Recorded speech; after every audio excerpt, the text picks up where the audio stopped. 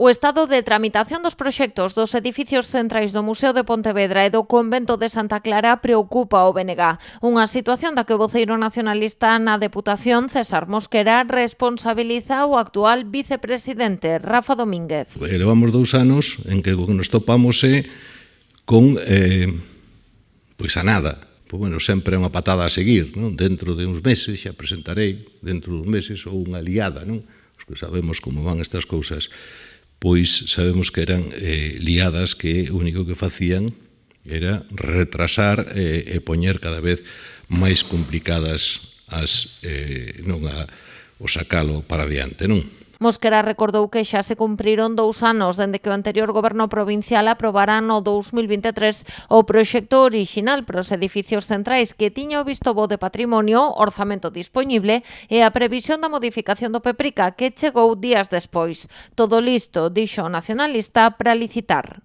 No ano 2027 cúmplese o centenario do museo, da creación do Museo de Pontevedra.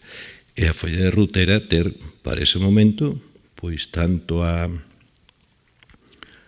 edificios centrais pois rehabilitados e musealizados,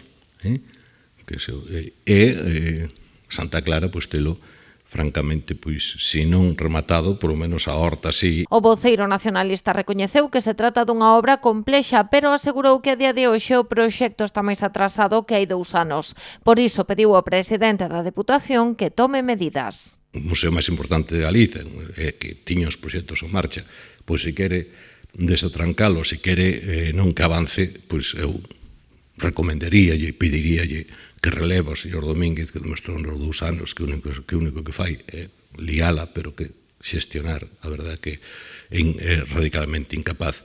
Estas acusacións de César Mosquera xa tiveron resposta. Segundo Rafa Domínguez, o proxecto que atoparon os populares cando chegaron ao goberno era básico, non estaba finalizado e non tiña autorización de patrimonio, licenza municipal, nin fora licitado. Ademais, acusou a Mosquera de mentir e responsabilizou uno da perda de 3 millóns de euros de fondos europeos concedidos para esta actuación se finalmente a Deputación non consegue cumprir os prazos. Así as cousas, o vicepresidente asegurou que o proxecto definitivo agarda o visto bo de patrimonio dende febreiro deste ano.